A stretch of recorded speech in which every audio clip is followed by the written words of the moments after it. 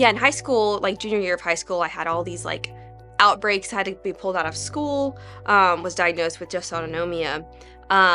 At the time, I feel like there wasn't as much research on POTS. We didn't really fully understand what it was, but I was able to manage it with just like one medication. I didn't want to do all of them. And for a while, things were like pretty good. I always struggled with sleep. That was my biggest thing. And POTS didn't affect me the way that it affects everybody. And so from a treatment perspective, like I was more mild, but it still affected me. So like I wasn't fainting all the time, but like I would still black out when standing up, and like sleep, and I was adrenal fatigue was the biggest thing. So like when I would sit up or get up and my, heart pumps too fast because it's giving me too much adrenaline. It thinks, oh, Sarah's running, she needs something, and then I crash. So the biggest thing for me was energy, being able to do life without crashing all the time, being able to sleep. And I was able to like manage that pretty well for a while. And then about 2 years ago, I was in a really just poorly timed job, poorly timed time of getting off of medication and just some other things going on. And it all kind of hit me at once, and my body went haywire.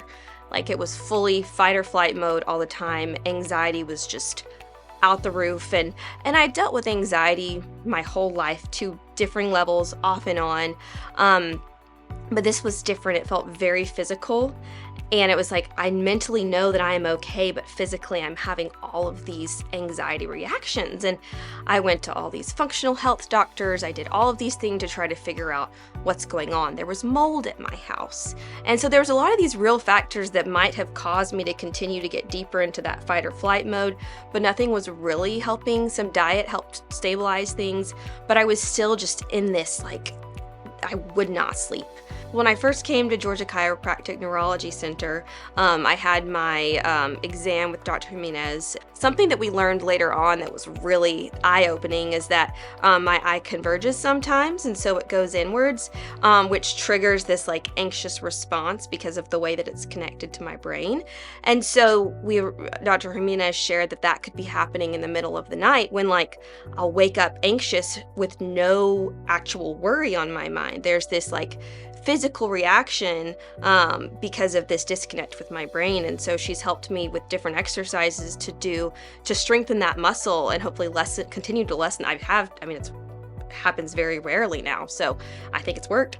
I think for anyone thinking about coming, I would just suggest calling, scheduling a consult. All of the front desk, everyone on the phone is wonderful. That's another great part about here is everyone's just so friendly. But just come in, check it out, see if it's for you.